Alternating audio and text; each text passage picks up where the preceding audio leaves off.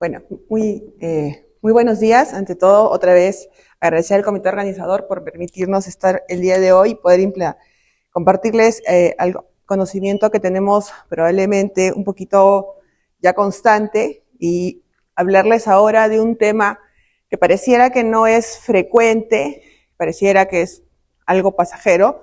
Sin embargo, como bien lo dijo el doctor Lino, tiene un impacto directo sobre la evolución de la morbilidad y la mortalidad de los pacientes, sobre todo en pacientes críticos. Y otro punto interesante es que, como bien ustedes saben, la microbiota ha venido a cambiar mucho la historia de las muchas enfermedades y mucho de esto, con los estudios que se están llevando a cabo, van a terminar probablemente adelantando tratamientos o dar tratamiento preventivo para evitar algún tipo de enfermedades. Vamos a solo incidir un poquito en lo que el doctor Lira ya les explicó, pero basándonos en ese concepto de la diarrea y la constipación, tenemos que hablar sobre microbiota.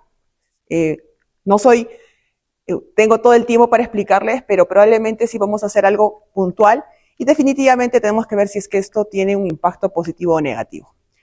Lo interesante de este estudio, cuando tratan de definir cómo es la intolerancia a las fórmulas enterales, como bien dijo el doctor, existen muchos conceptos, más de 30 conceptos. Lo que tenemos que llevarnos a cabo es que un concepto que se arraiga mucho en las unidades de cuidados críticos es el de residuo gástrico alto. Si bien es cierto, los valores de cortes ya están más o menos establecidos en más de 500 mililitros, lo que a nosotros nos tiene que traducir este residuo gástrico es ¿por qué es que está sucediendo? Si es un problema obstructivo o es netamente un problema funcional. ¿Y por qué vamos a tener que darnos cuenta de esto? Porque asociando la presencia de síntomas gastrointestinales vamos a tener un diagnóstico un poco más fidedigno de lo que está realizando el paciente. Quiero decir, puede ser que el paciente solo lo estén aspirando y el paciente empiece a vomitar o a tener regurgitación porque ya lo estamos despertando. Y inmediatamente nuestra reacción es dejarlo en NPO, colocarlo en una bolsa de drenaje y sin darnos cuenta el paciente puede pasar horas sin tener nutrición. Otros pacientes, típicos los pacientes con pancreatitis, que tienen una sonda de drenaje por el problema de la hipertensión abdominal y bueno, se le coloca una sonda postpilórica y nos olvidamos de que sigue con una sonda de drenaje y va perdiendo constantemente todo este contenido. Entonces, esto nos trata de relacionar que un valor solo no puede tener un efecto tan positivo si es que no asociamos factores o valores que ya están estudiados que tienen un impacto mayor. Y lo que vamos a tener como resultado, al final, algo de lo que conversábamos aparte, es este efecto de la subnutrición. Y la subnutrición no se tiene que medir probablemente solo en un día o lo pueda medir solo los primeros 5 días, sino el impacto de la subnutrición, que es la famosa deuda calórico-proteica que tiene el paciente durante toda la hospitalización, es lo que va a cambiar el pronóstico del paciente, puesto que ya hay valores establecidos en kilocalorías y proteínas que van a aumentar la mortalidad. Y la definición de esta intolerancia a la fórmula enteral, gracias, la siguiente, nos trata de dar un valor pronóstico para ver si tiene predicción de mortalidad, ¿no? Y esto nos demuestra que cuando yo encuentro esa intolerancia a la nutrición enteral, sí me va a aumentar y me va a predecir mayor la mortalidad. Y esto, sobre todo, a los 90 días del ingreso. Este valor, como les decía, mucho de la subnutrición enteral, sí me va a predecir y me va a aumentar, me va a dar aumento de riesgo de mayor mortalidad. Entonces deberíamos decir que si tengo una disfunción gastrointestinal medida por algún tipo de score, que ya se han ido poniendo ya de forma mucho más objetiva, y tengo el siguiente punto, que es la intolerancia a la nutrición enteral, y en la monitorización del paciente yo ya encuentro un efecto de subnutrición, obviamente el paciente tiene más riesgo de mortalidad. Y es por eso que nosotros debemos incidir nuevamente en conocer este famoso tracto gastrointestinal, porque no es que el paciente solo utilice el intestino delgado, sino que el paciente muchas veces se va a beneficiar cuando yo hago funcionar el tracto del intestino delgado. Pero dejamos muchas veces de lado este intestino grueso que no tiene una sola función de toxificación, sino tiene un gran potencial en lo que se basa la microbiota intestinal y contribuye a incrementar la disfunción del intestino delgado. Muy bien lo dijo el doctor Lira. Recuerden que todo lo que es parasimpático es lo que da efecto positivo, un efecto a nivel del tracto gastrointestinal. Y el problema de los pacientes críticos es que están con una gran descarga adrenérgica. Por ende, todo el tiempo están en contra de esta funcionabilidad normal de este tracto gastrointestinal. Y eso se ha visto que muchos pacientes con enfermedades críticas crónicas o que tienen sobrecarga de catecolaminas, la disfunción se presenta con mayor incidencia. Y vamos a ver que en pacientes críticos crónicos, en las siguientes charlas, se está utilizando inhibidores de catecolaminas. Por otro lado, este famoso concepto del vaciamiento gástrico asociado a una inhibición de muchas enterohormonas, que a la cabeza va la colesteoquinina, pero también a la funcionalidad de esta hormona famosa, que es la grelina, que se encuentra inhibida por la enfermedad crítica, es lo que también puede contribuir a que yo pueda tener estos grandes trastornos de dismotilidad en los pacientes críticos. ¿Y por qué es que nos va a molestar? Porque existen valores o tiempo dependiente de estos síntomas que pueden hacer que sea una sumatoria de efecto a la inflamación. Y por eso es que lo primero que el paciente crítico tiene es dejar de tener hambre, ayudado por esta inhibición de la grelina. Y bien decían nuestras abuelitas que cuando empezamos a decir ya tengo hambre es porque ya se curó. Y tiene una relación fisiológica, porque quiere decir que la enfermedad crítica dejó de accionar y ya no hay esta resistencia a la grelina. Por otro lado, tenemos factores propios de la enfermedad crítica, ¿no?, que van a contribuir a sostener estos síntomas en el caso de la dismotilidad intestinal. Pero la enfermedad crítica, al tener en ápice a los pacientes, también implica el tener un manejo con muchos medicamentos que van a tener un efecto negativo y sobre todo a nivel del tracto gastrointestinal. El problema del tracto gastrointestinal, cuando uno lo define si es solo intestino delgado o grueso, por mucho tiempo pensábamos que el ayuno era el mayor o el principal problema que contribuía a esta famosa traslocación, a esta famosa atrofia de la mucosa intestinal. Sin embargo, nos hemos ido dando cuenta que medicamentos que utilizamos todos los días, sedación, sobre todo opioides, y bloqueadores neuromusculares que inhiben con mayor incidencia el tracto gastrointestinal, las catecolaminas, asociadas para el manejo del shock circulatorio, antibióticos sistémicos, porque es casi imposible no utilizar un antibiótico sistémico en pacientes críticos, nutrición enteral y nutrición parenteral de forma prolongada y bloqueadores del ácido clorhídrico, son factores que se van a asociar a incrementar este problema de intolerancia a la nutrición enteral, por ende, a tener un mayor problema de dismotilidad gastrointestinal. Y nos damos cuenta que un factor que muchas veces no medimos es cómo está este intestino a nivel de su microbiota intestinal. Este estudio demuestra, por ejemplo, cómo nosotros podemos ir cambiando la microbiota de acuerdo a lo que consumimos. Y es por eso que actualmente no solo podríamos asociar la enfermedad crítica, el tratamiento que utilizamos, sin el ayuno al que está sometido el paciente, sino a cómo viene previamente, cómo está distribuida esta microbiota intestinal. Es diferente cuando se consume dietas quizás basadas más en productos vegetales o dietas que se consume con bastante ingesta de productos animales. Y para mala suerte, se sabe que si nuestras dietas son muy enriquecidas en alimentos animales, la microbiota tiene mucha alteración, tratando de disminuir muchos de nuestros comensales positivos, ¿no?, y tener más tendencia a tener facilidad a pasar a bacterias oportunistas. Y por eso es que si asociamos estos grupos y estos factores en los cuales ya el JITS nos dice que sí o sí va a disminuir la mortalidad independientemente del grado de disfunción multiorgánica, si bien es cierto, como decía el doctor Lira, sigue siendo algo que no está muy establecido por la complejidad, porque yo tendría que saber decir y medir todos los días probablemente si algo de esto está teniendo, para poder decir y poder tener una acción dirigida vamos a darnos cuenta que los problemas en el manejo que vamos a ver de diarrea y de constipación no suelen ser los más fáciles de abordar. Y entonces aparecen los efectos clínicos de los mecanismos que nos estamos explicando, y finalmente complicaciones que no venían de forma primaria, como son el síndrome de Ogilvy, posibilidad de perforación de la mucosa intestinal, hemorragias digestivas masivas, sepsis propia secundaria, no una sepsis primaria, y lo más terrible, el síndrome comportamental. Y algo que, bueno, el doctor Lira lo sabe muy bien, la obstrucción o la isquemia no oclusiva, que se ve mucho, sobre todo en pacientes con shocks circulatorios profundos o de un manejo un poquito errático. Entonces, esto nos trata de dar de entender que la diarrea no es algo raro, no, es una causa que solo va a presentarse cuando yo sumo todos estos factores.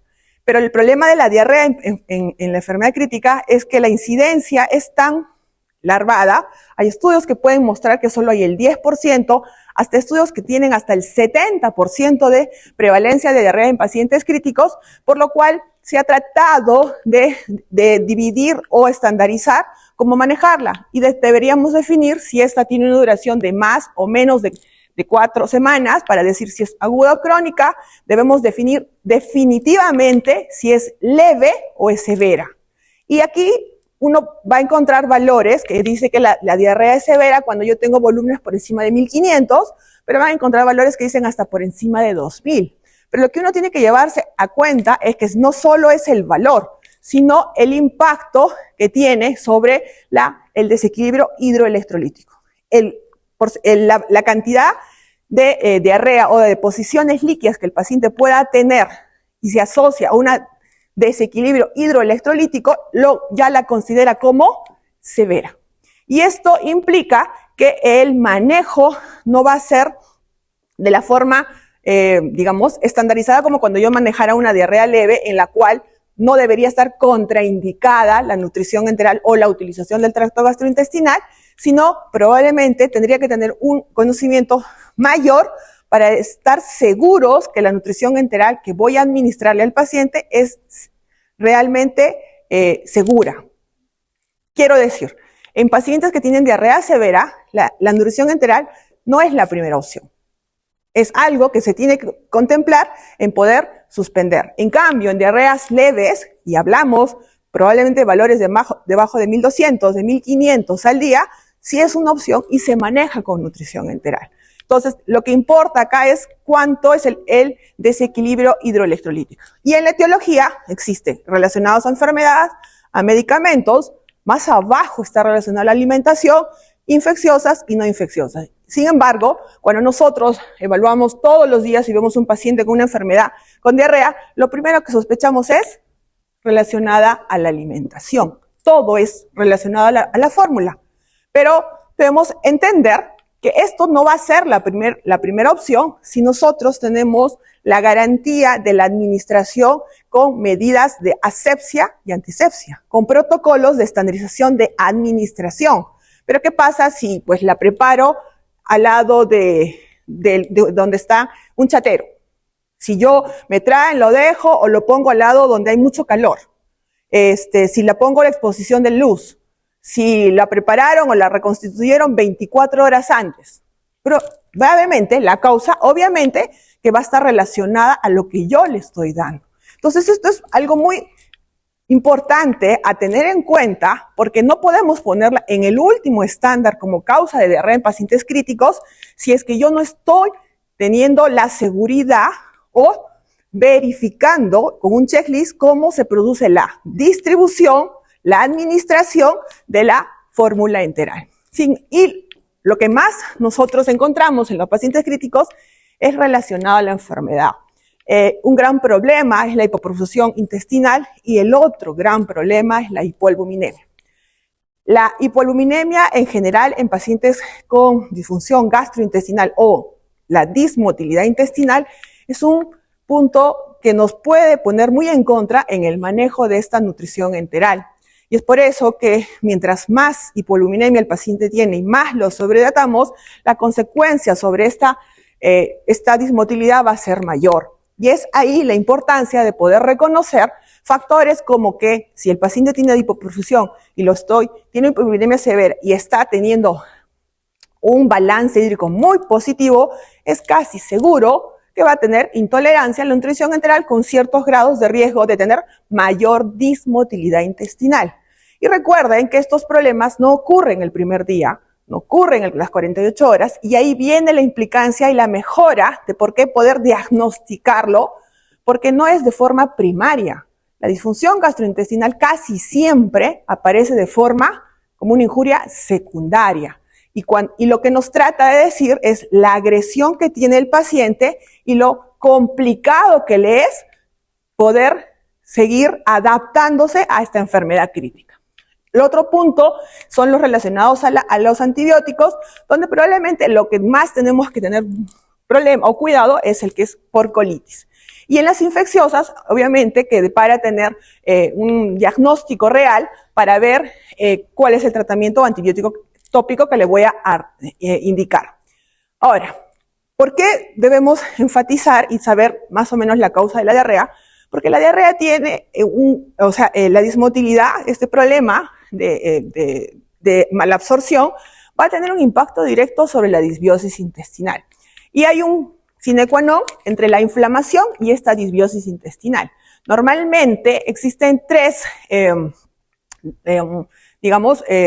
estímulos que hacen que podamos tener mayor permeabilidad a nivel de la mucosa intestinal.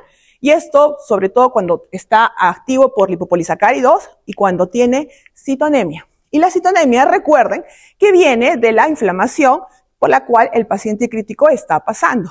Cuando persiste este efecto de estímulo sobre la mucosa intestinal, lleva sí o sí a una mayor permeabilidad intestinal. Y si a esto yo le asocio que el paciente tiene una uso de todos los medicamentos que hemos dicho, una atrofia intestinal porque no usa buen tiempo el tracto gastrointestinal, es un paciente desnutrido, son factores que me van a contribuir a que ya no solo a nivel local, sino a nivel perpetuante, la inflamación se incremente. Y no solo eso, porque la microbiota que normalmente está distribuida en el 90% en el colon, empieza a cambiar y a virar rápidamente. Y vamos a tener una flora normal en la cual predominan lactobacilos, bifidobacterios, donde los patógenos, que son las enterobacterias, empiezan a incrementarse y a crecer. Y otros oportunistas, como son los hongos, también empiezan a replicarse de forma mucho más rápida. Y esto lo que hace, en conclusión, empieza un círculo vicioso en el cual la citonemia, estimulada principalmente por la interleuquina 6, la PCR, altera esta permeabilidad, disgrega las uniones intercelulares y aumenta esta permeabilidad intestinal, facilita la translocación, tengo mayor endotoxemia, vuelvo a seguir produciendo mayor inflamación, más daño endotelial, más inflamación, y esto empeora o perpetúa la inflamación de los pacientes. Es ahí que es interesante entender que cuando el intestino no logra recuperarse, esto está pasando a nivel local. Y por eso es que se sabe que el círculo de intestino-cerebro es muy fuerte, de intestino-hígado es otro círculo fuerte y va a incrementar el riesgo de infecciones intrahospitalarias. Entonces, los pacientes críticos no solo tienen un factor para alterar esta flora microbiana, sino tienen mayor o incremento de esta inmigración microbiana, tienen condiciones ambientales para incrementarse y tienen otro gran problema, que es la falta de eliminación. Entonces tenemos problemas de diarrea y estreñimiento que calzan muy bien en estos factores, por los cuales voy a tener mayor disbiosis intestinal. En todo caso, podemos decir que parece que dos síntomas o dos problemas que no son tan fuertes, que no me llaman la atención, van a sí o sí tratar de incrementar la morbilidad del paciente, más infecciones, más estancia hospitalaria, más días de ventilación, más desnutrición y probablemente mayor mortalidad. Por eso es que tenemos que entender que son síntomas que nos ponen en alerta de decir cuán agredido está el paciente en forma sistémica y en forma localizada. Porque deberíamos aprender a integrar y a tener un impacto de la evaluación de la agresión que tiene el tracto gastrointestinal. No solo mirar al paciente como una agresión sistémica. Y recuerden que mientras más sepsis, más endotoxemia, estos ganglios linfáticos, todos los sistemas de drenaje se congestionan. Y ustedes van a empezar a ver pacientes que no tienen compromiso hepático y empiezan a tener mayor hipertransaminemia, mayor colestasis. Si el paciente tenía enfermedad metabólica previa, se destapa. Si le pongo nutrición parenteral, rápidamente me hace complicaciones posteriores metabólicas y esto exacerba y incrementa más riesgo en el manejo del paciente crítico.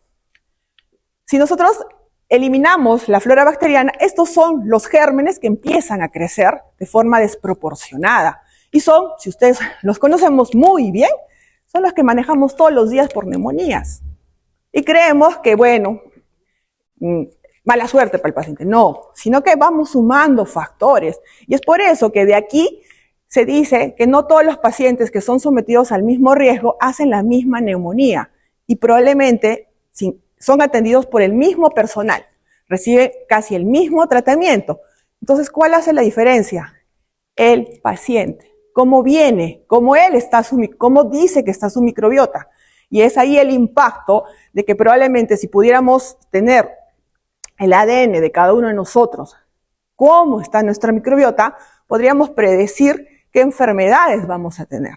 Hay ya 3 grupos muy fuertes en los cuales la asociación es directa. Las enfermedades neurodegenerativas, ¿no es cierto? Las enfermedades cardiometabólicas y el tercer grupo fuerte que está entrando son los pacientes críticos, en los cuales este cambio de esta microbiota va a incrementar el riesgo de la morbimortalidad. Ya los estudios desde los años 80 nos demostraban la diferencia que existe en este cambio de la microbiota, cuando un paciente le decían que era moderadamente enfermo o cuando ya estaba severamente comprometido y lo catalogaban, miren, como moribundo, porque ya decían, ponga, ya no hay mucho que hacer.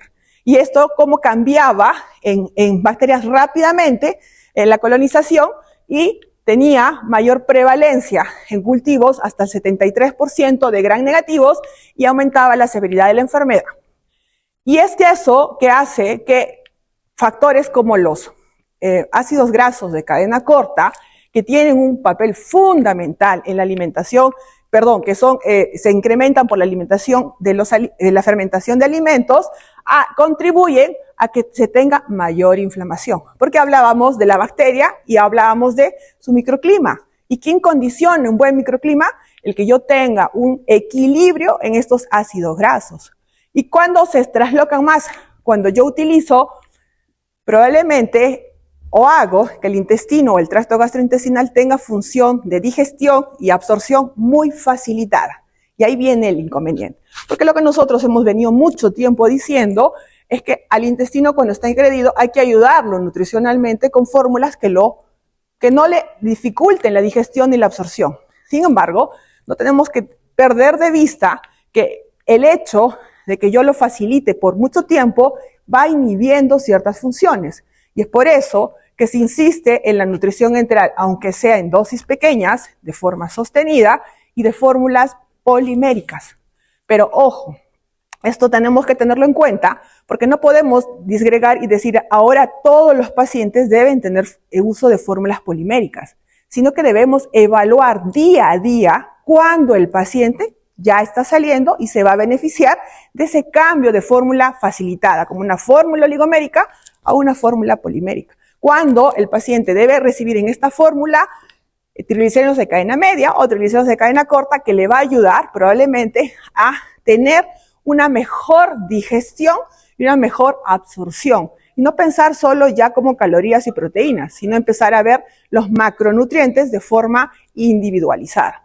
Y es por eso que estos ácidos grasos de cadena corta, cuando se ven disminuidos en concentraciones, tienen un impacto sobre la permeabilidad del intestino, incrementan las endotoxemias, incrementan los síntomas de la inflamación aguda y crónica, y esto se ve en pacientes con enfermedades cardiometabólicas, en pacientes con enfermedades agudas, vamos a tener mayor incremento de la resistencia insulínica, vamos a tener mayor neuroinflamación, mayores liberaciones, mayor inflamación a nivel pulmonar, en la mucosa pulmonar, y eso es un grupo en el cual se ha visto que ya esta flora, que se pensaba que solo estaba en el tracto gastrointestinal, sin embargo, sabemos que está en otras mucosas, y una de ellas es la mucosa a nivel de pulmonar, también empieza a virar y a cambiar, y por lo cual se tiene más riesgo de infecciones respiratorias. Y por eso se llama la atención que este circuito entero hepático es muy importante para lograr llevar nuevamente a la homeostasis de la microbiota intestinal. Entonces, no podemos perdernos de cuenta que las dietas basadas en plantas que incluyen carbohidratos no digestibles contribuyen al incremento de estos ácidos grasos.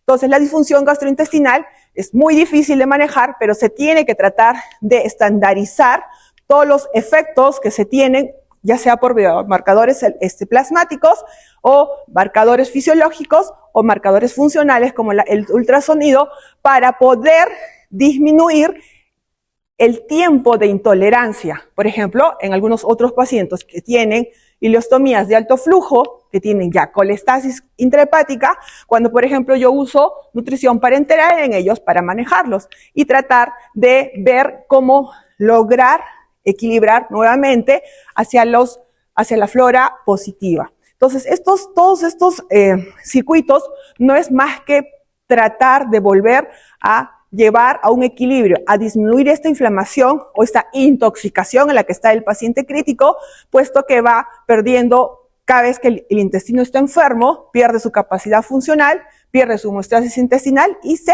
enferma. Entonces, vuelvo a decirles y repito, si bien es cierto, vamos a hablar de una enfermedad sistémica como es la enfermedad crítica, recuerden evaluar al intestino o al tracto gastrointestinal de forma individualizada, porque él puede ser o su amigo o su peor enemigo para sacar a un paciente crítico. Y otros estudios han demostrado, por ejemplo, que cuando se encuentra pérdidas, esto es sobre todo en pacientes con pancreatitis, en los cuales probablemente todavía haya preguntas de si la nutrición enteral es muy temprana, si a todos debo nutrirlos por nutrición enteral, si en ellos se benefician de los probióticos, el grupo con más problemas, nos trae a colación que muchas veces esta alteración de este circuito intestino, linfa, hígado, contribuye a la pérdida de la barrera del moco y al aumento de las proteasas pancreáticas, y hace que el paciente entre en una toxicidad linfática, en la cual muchas veces lo van a traducir ustedes cuando sacan un perfil hepático, y lo que encuentran es niveles de triglicéridos tan altos, niveles de HDL tan bajos y niveles de LDL altos, que lo que nos traducen en ese momento no es más que la inflamación que está sosteniendo todo el tracto gastrointestinal. Y es que es importante entender que este tracto gastrointestinal tiene funciones muy específicas y esta permeabilidad intestinal debe volver a lograrse, porque esto va a ayudar a que muchas sustancias no pasen a la circulación, pero sobre todo a tratar de lograr que se fusionen nuevamente esas uniones intercelulares. Y por eso es que en determinados pacientes sí se viene de beneficio el poder diagnosticar si el problema es la permeabilidad, si el problema es de masa celular o es de funcionabilidad. Y existen muchos marcadores, los que más se estudian son el FAF y la citrulina, que no tienen una correlación directa sobre sobre el grado de disfunción de gastrointestinal, sin embargo, los ayuda a ustedes a ver dónde está el problema. Si lo que es, hay que incrementar masa celular en la mucosa o lo que falta es funcionabilidad de esta mucosa. Y entonces vamos a encontrar que la flora fecal de los pacientes críticos, cuando tienen CIRS comparado en controles normales, como caen estos facultativos positivos y empiezan a incrementar los comensales. Esto ya está estudiado tanto en pacientes a nivel de la flora bacteriana como a nivel de la producción de los ácidos orgánicos fecales. Y se recomienda que en pacientes incluso se podría hacer muestras de heces para tratar de dilucidar cómo está el paciente. Y miren cómo los ácidos protectivos empiezan a caer mucho en pacientes con CIRS, con sepsis, y ácidos negativos se empiezan a incrementar. Y por eso es que los pacientes nuevamente entran en círculos en los cuales la disfunción se sostiene. Este es otro estudio que demuestra cómo en personas sanas que tienen una distribución de bacteroides y firmicutes cambia su relación cuando tienen la enfermedad crítica. Se sabe que la enfermedad crítica produce cambios desde las 6 horas, pero también se ha logrado entender que más o menos entre el 5.º y 7.º día logra volver a estabilizarse esta flora bacteriana. Pero ¿cómo se estabilizaría si el paciente sigue con síndrome malabsortivo, sigue con diarreas, sigue injuriado, sigue séptico, sigue sobrehidratado? Es muy poco probable que la recuperación o el equilibrio al que debería llegar la flora bacteriana no se realice. Entonces, no nos olvidemos que la inflamación sistémica que tiene el paciente cuando injuria el tracto gastrointestinal puede perpetuar la disfunción multiorgánica y esto incrementar complicaciones ya de tipo infecciosas dirigidas, donde nosotros tenemos las neumonías y la diarrea. Entonces, esto no solo es un algoritmo que nos hace entender que la diarrea muchas veces no es más que la traducción de la agresión de la enfermedad crítica sobre el tracto gastrointestinal, exacerbada por factores propios del paciente. Y es por eso que se ha tratado de ver si el lugar de los probióticos y los simbióticos ya tienen un punto muy importante, puesto que estos dos obviamente van a ayudar y a contribuir a la regeneración de a mejorar esta disbiosis intestinal. Sin embargo, los efectos aún siguen siendo heterogéneos. Vamos a encontrar que algunos pacientes tienen efectos adversos. Los estudios demuestran que los pacientes con pancreatitis no tienen ningún efecto positivo, tienen mayor efecto de infecciones. En algunos no se encuentra, la mayoría de los estudios de enfermedades de pacientes críticos, y en cambio vamos a encontrar efectos positivos. Por eso es que se trata de ver cuál sería la forma de monitorizar para que nosotros podamos en el tiempo implementar y probablemente dar de receta lo que el paciente necesita. Y no debemos olvidarnos que la fibra soluble tiene beneficios directos porque absorbe agua formando un gel en el tracto gastrointestinal y ayuda a ralentizar la digestión y la absorción de nutrientes.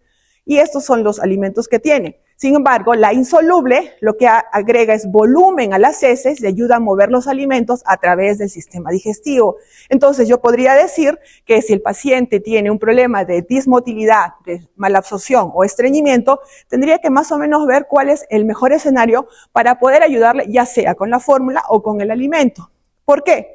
Porque cuando nosotros vemos que analizamos cuál es la actividad de la acción de los probióticos sobre la inflamación, se encuentra que puede tener un efecto sobre la inmunorregulación, sobre la disminución de la mejora de los antimicrobianos, mejora de la barrera de la producción de inmunoglobulina A y por ende tener una mejor función de barrera intestinal.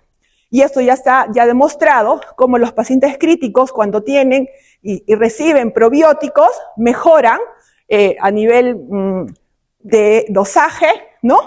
Estos bifidobacterios y lactobacillus, como incrementan los ácidos grasos de cadena corta comparado para cuando ellos no tienen. Y un concepto que se está utilizando mucho es el concepto de los simbióticos, el poder unir probióticos y prebióticos. Y se sale en un metaanálisis en el cual se ve la relación de probióticos con el riesgo de disminución de neumonía asociada al ventilador con un valor positivo de protección a la utilización de probióticos en un valor de 0.6 con un riesgo de 0.7, es decir, disminuye el 30% de las neumonías asociadas al ventilador y disminuye casi el 30% de la mortalidad. Pero ojo, a pesar de ser un estudio del 2020, los datos que se acarrean en este metaanálisis solo son hasta el 2016. ¿Y por qué? Porque aparece el gran problema de este estudio que se hizo en el año 2019, el grupo de la doctora Johnston, demuestra que existen discrepancias con respecto al metaanálisis anteriores porque no le encuentran ningún factor positivo el dar probióticos en disminución, encontrando 21.9 versus 21.3 de los que no recibieron probióticos. Y es por eso que hasta las luces de ahora no nos podemos poner de acuerdo si tiene un efecto realmente positivo, a pesar de que la fisiopatología y la fisiología dice que sí deben funcionar. Entonces, volviendo al manejo de la diarrea, no se olviden, y en lo que es en fórmulas enterales, no se suspenden las fórmulas. Lo que se tiene que es reevaluar la osmolaridad, cuanto a la cantidad de grasas, el tipo de grasa que el paciente tiene, si tiene fibra o no. Y voy a ir monitorizando para tratar de optimizarla y a la vez optimizar todos los otros factores, por ejemplo, que están contribuyendo a este mayor, a la persistencia del cuadro de síndrome malabsortivo. Y no se olviden corregir esto. Ver cuando el paciente lo alimento y empieza a tener diarrea, después, y no le hago caso, hasta que sangra, porque también se distiende, entran, le hacen la colonoscopia y encuentran parches isquémicos. Y no es más que la traducción de la hipoperfusión intestinal y el problema de la hipoluminemia. Por eso es que no debemos insistir que todos los pacientes con síndrome malabsortivo se benefician de nutrición enteral. Tendremos que tener la opción de cuándo utilizar la nutrición parenteral. Entonces, volvemos a decir, en conclusión, que los estudios plantean preguntas válidas sobre el posible daño de la suplementación con probióticos en pacientes críticos, pero que se necesita un análisis exhaustivo de los efectos adversos, algo que no lo presentan la mayoría de los estudios. Cabe destacar que 53 estudios investigaron el uso de probióticos y prebióticos y simbióticos en pacientes hospitalizados y críticos, pero solo 7 demostraron los efectos adversos, por lo que las guías en cuidados críticos aún no recomiendan el uso de los probióticos. No se olviden que esta disbiosis intestinal, y se habla de un dismetabolismo del tracto gastrointestinal, tiene un papel individualizado. Esto en pancreatitis, por ejemplo, resulta que puede prolongarse cuando tiene incluso la nutrición enteral hasta las 72 horas y que de repente lo que debemos insistir mucho cuando los factores se asocian es en una nutrición enteral trófica de mayor tiempo y no tener que progresar rápidamente la nutrición enteral porque vamos a incrementar el riesgo de los pacientes. Muchas gracias.